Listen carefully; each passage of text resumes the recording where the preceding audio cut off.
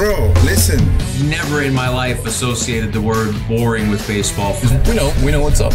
Me? Yeah. Famous? Yeah. And I'm like giddy over there smiling like, we're about to win this shit. Did everyone give you crap? Give me a good host story. You know, I'm not picking it up. We both love the game. We talk about it every day. Can't get enough baseball. Having some popcorn, you're fooling around your phone. I'd have to wait in line for 3 hours. Hang on, because it's about to be a wild ride. All right. There's no human being I'd rather talk to right now than Lucas Giolito. Fact. You have a response? No. Okay. All right.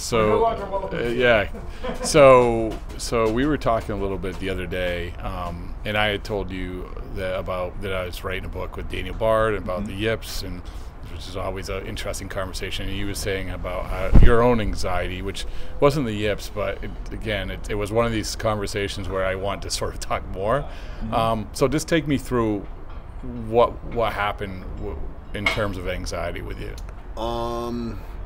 Yeah, I don't know if it was developed or just something I ignored for a long time, but in 2018 it really came to fruition when I was pitching. It was my first full season in the big leagues, and I was definitely physically I was out of sync a lot of the time. I had this long arm action and my timing was off consistently,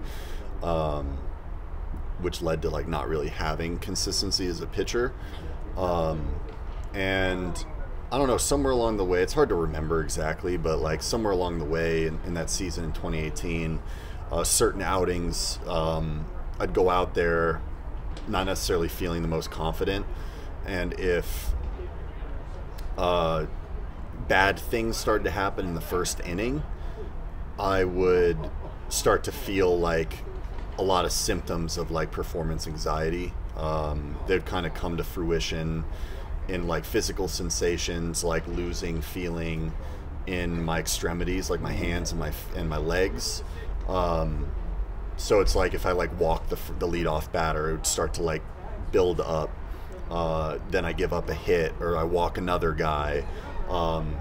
These things would start to build up to where I'd lose feeling, and sometimes if it got really bad and ended up being a really long inning, I'd feel that kind of separation from my body to where I'm watching myself in the third person just fail. Yeah, so it wasn't very fun. And so those were a bunch of my blow-up games in 2018, and it's heavily chronicled at this point. In 2018 I was the worst pitcher in baseball statistically, and then I went into the off season. That's when I made all the changes. I got the short arm action and did a bunch of stuff physically to get myself, get the timing, get the deception with my delivery. I kind of retooled my stuff. But there's a lot of stuff that I did kind of in the background mentally to get myself prepared to go out in 2019 and really turn my career around. So I want to talk about that, but I want to go back to when it happened for the first time. Was it literally just out of nowhere? I mean, you hadn't experienced anything like that before? It's really hard to say. I mean, it's many years ago, so it's hard to remember. Yeah.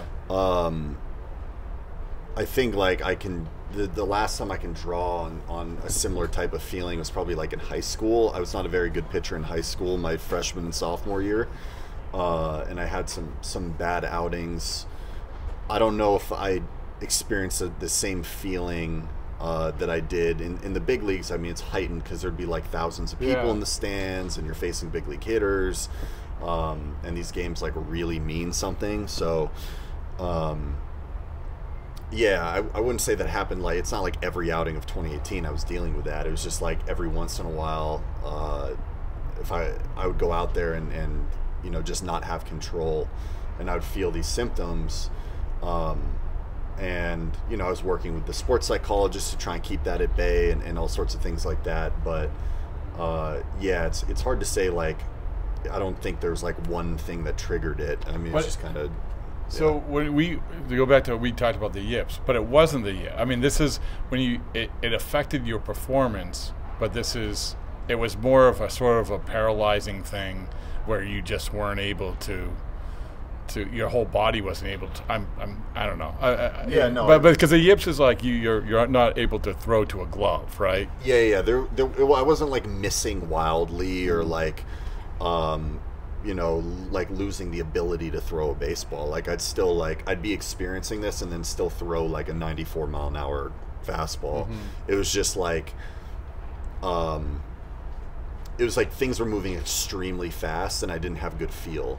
So when that happens, you're going to be spraying a little bit. Obviously, if you can look back at my stats in 2018. I think I led the league in walks. I'm like spraying the ball, and falling behind hitters, and then like serving up cookies for them to hit, like stuff like that. So, just like being out there with like zero confidence whatsoever. And then experiencing these symptoms, it's not really a good combination to go out and compete at this level. No, not in front of a lot of people. So you get to the end of the year. You're probably like counting the minutes to the end of the year, right? And then you say, okay, let's deal with all this stuff. Yeah, exactly. So when the season was over, it's like, well, that sucked. What are we going to do to turn this around? And so we started getting to work on all the physical stuff. I retooled my arm action and the way I threw and all these things, and that's gotten like a lot of press, I guess, especially in Chicago. But then I did a bunch of stuff like on the mental side as well. One of the biggest things was being introduced to neurofeedback, which initially I was skeptical of it. I did like an intro session.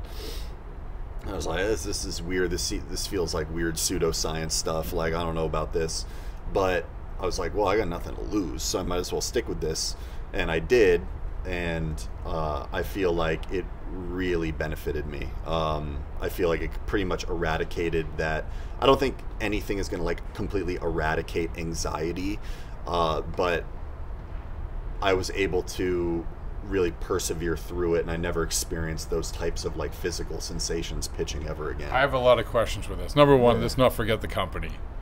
Yeah, BrainKanix, absolutely. Right. Yeah. So, shout out BrainKanix. I mean, I still have a relationship with those guys, and I think they do really wonderful work.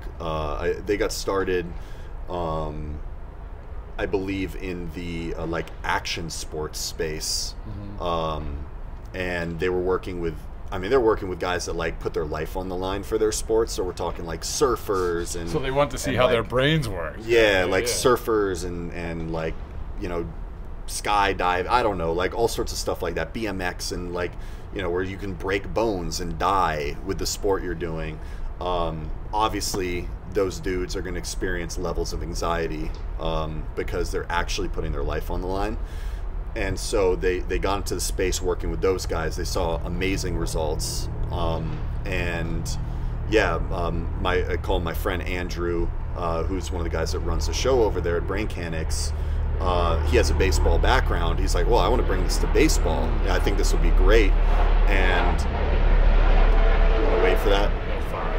Yeah, so he's like, I want to bring this to baseball. I think that this will be great. He did it himself. He said that it helped a lot in his life, personal life, dealing with certain things that he was had going on, and he found success personally. And then let me bring this to the baseball space.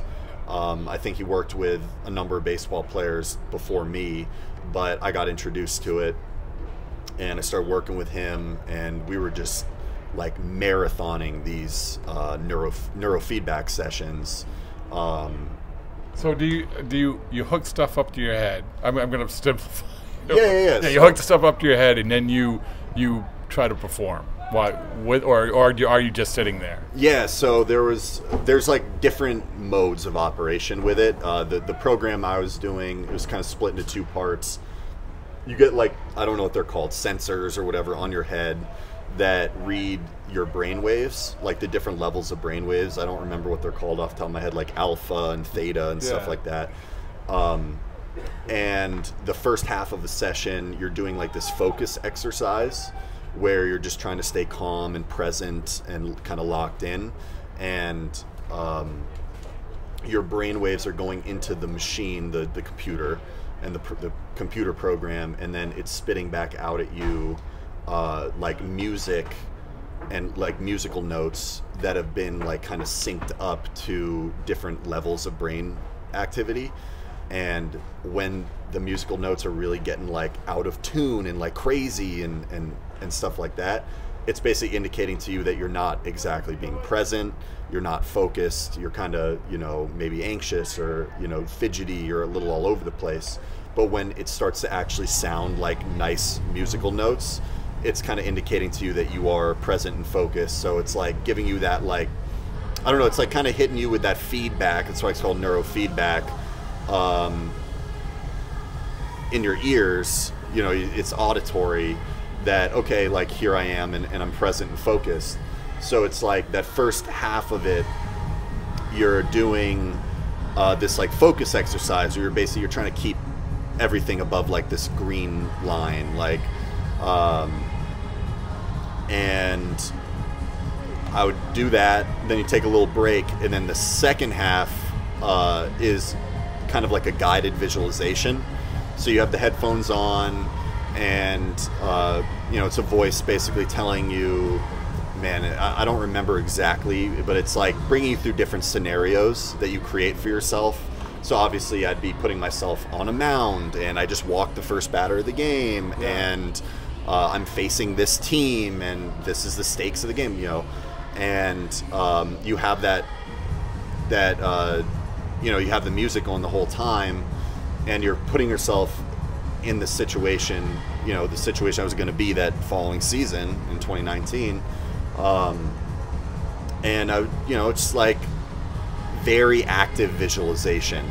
That first part of the session, which is like focus training, is great. That second part I really, really loved, because I'd never really like visualized that intensely before. Yeah. And I'm doing this guided visualization, and I'm getting that that feedback, you know, with the brain waves attached to the music. And yeah, I mean, we were hammering these things out. So you do this all throughout the off season in 19? Yeah, I started doing it kind of closer to spring training time. Okay. And I was doing it like almost every day, like 2 times a day. Really? For like a month or something like that. So when do you, so now, again, maybe I'm wrong, but you're finding a way, you're going through the scenarios, and by going through the scenarios, you're finding a way to sort of handle it, I guess, like to make, I mean, so what I'm asking is, okay, it's one thing to identify it, but then to fix it. Like, how does that happen? So I'm essentially visualizing myself in all these scenarios I was in the previous year where I failed, but now I'm seeing myself in these situations and I'm succeeding. Okay. And it's not, you know, it's not like rocket science as a pitcher. If you're in a tough situation, you make a few good pitches, you're out of it. Like, guys do it all the time. You know, a guy will be in a base loaded situation and, you know, strike a guy out, get a ground ball double play, boom, scoreless inning. Yeah. So I'm just like putting myself in the successful side, where I'm like, I'm relaxed, I'm confident, it doesn't matter what's going on, who's on base, who I'm facing. I'm just going to focus on making this pitch. Okay, cool, I'm going to focus on making this pitch. Okay, cool, I'm going to focus on making this pitch. Boom, I'm out of the situation. Like, I'm visualizing myself like striking a dude out and walking off the field. Yeah. You know, oh, cool, scoreless inning, got out of a you know, situation right there. And so it's you're almost training yourself through this, right? I mean, that's the best way to put it, I guess. Yeah. It was like a very active way to like mentally train going out there and performing under pressure, right? So, you know, the previous year, I was succumbing to that pressure, and I was feeling the anxiety, and these things were really taking control. And then I did all this training to kind of attack that, where it's like, yeah, the pressure's there, that's good. Yeah, I'm going to feel a little anxious, that's good. Like, live with that. But also, I'm really good at this, so let me have confidence in myself and go out there and just execute, and good things will happen. When did you start? Did you see the results from it right away, or? Yeah, I started to feel I'd say after, you know, a couple weeks of doing it, and this is still before going to spring training, I started to feel like a more air of confidence about myself. You know, again, like I'm coming off being the worst pitcher in baseball, but I started to feel like, ooh, I'm excited for spring training. I'm excited for the year. Yeah. Like I'm gonna go out there and prove myself. And I got to spring training, and I was like carrying that with me. And my spring training was like, my numbers that spring training were not like good by any means. I was still like kind of tuning up a few things mechanically, and I wasn't like all the way there yet. But I was like feeling, it was like I was sometimes catching myself like, wow, I feel like good. Like I feel like I'm gonna go dominate this year. Yeah. And yeah, sure enough, I mean, go out there 2019 season, like I kind of just had that mentality, and that was like my breakout year. You know, I was like an all-star and all that stuff. So, do you still use it? Neurofeedback. Yeah. So yeah, I was doing it. I'd do like kind of little like touch-up sessions. You know, it's funny. I always talking about it with Andrew. I'd always kind of like give him a little bit of shit, because it's like, dude, you're busy. The way it works, and the way he learned it works, and how he does it for guys, it's like you do this thing and you do like 20, 30, 40 sessions, whatever it is, and you're good. Like that's it. It's like, you know, it's kind of like if you keep going, it's almost like diminishing returns. And I'm like, dude, that's like, don't advertise it like that. Like you want people to come back, right? So, but no, he's very honest about like, this is what it is and this is what it can do. And you know, I went into it very skeptical, but I came out of it like, wow, this like helped me turn my career around. Have you been able to?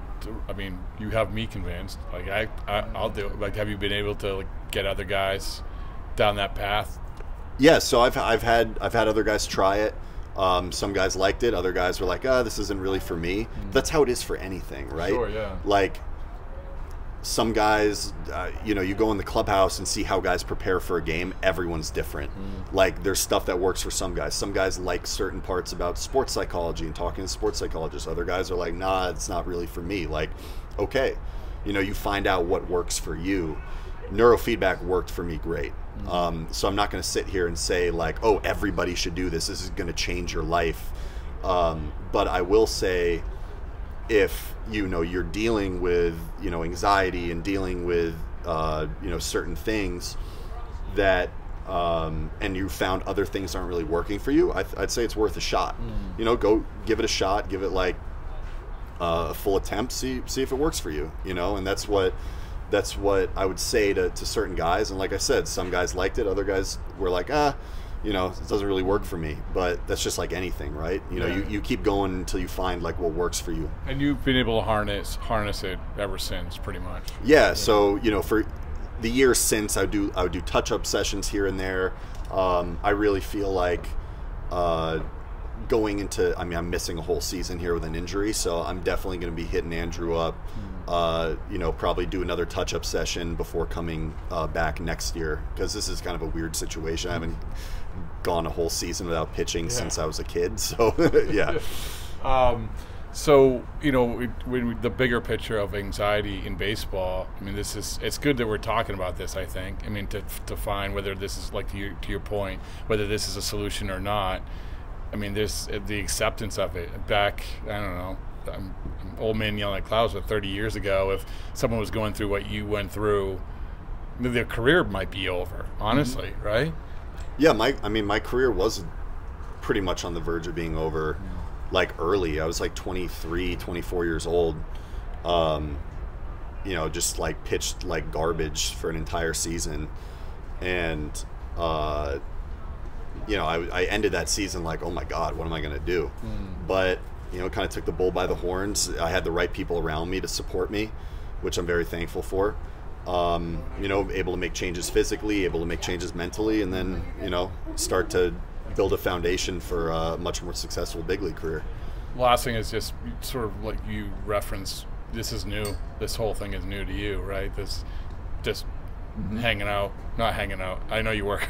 Yeah, working hard, but in a different way. Yeah, in a different way. Yeah. So, but it's, and I just talked to Daniel about this, about, you know, guys going through this.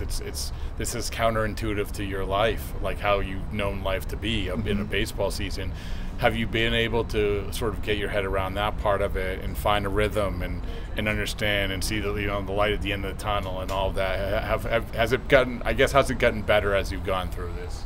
Yeah, absolutely. I mean, it was definitely like the worst news ever in spring training when it all happened.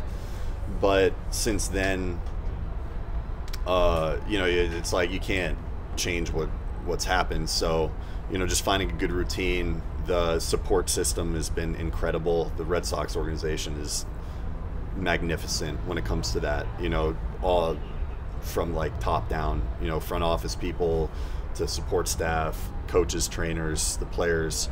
You know, I feel at home. I feel like I'm part of a family, and, you know, I'm not like being forgotten or anything like that. I'm able to be here and support these guys for what they're doing on the field every day. And yeah, I mean, it definitely sucks. Like, you know, I watch these games, I'm like, man, I want to go out there, but you know, it's like the nature of the business. I was talking to my dad about it. I forget how he referenced my injury is like, dang, I'm forgetting like the words he used for it. It's like I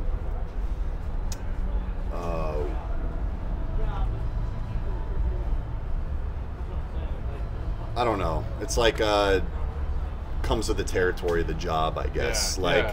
You know, I'm a pitcher, so your arm's going to get hurt sometimes. Yeah. And I had a good run. I had my Tommy John surgery in like 2012, and then I finally hurt my elbow again in 2024. So yeah, I mean, it sucks, but at the same time, like, I have something to focus on every day. You know, putting in really hard work in the training room, in the weight room, and I'm just looking forward to, I'd say, like, starting throwing again. I think that's a couple months down the road, but, you know, that'll be a fun step. We're looking forward to it. It's good. Yeah. I pick good things ahead. So yeah, absolutely. Yeah, it's been interesting. You know, I'd say, like, with this surgery, I'm like astounded at how good I feel, because it's not like a full Tommy John surgery like I had, you know, 10, 11 years ago. It's kind of like newer and different, but it's like, wow, like, you feel really strong. That's why I'm sitting here. I'm sitting here and I'm like, man, I should just like start throwing now. I should be fine. But you know, it's you got to follow what the doctors say. You got to follow what the trainers say. So. Yeah, better than ever. I appreciate it. Thank you. Yeah, absolutely.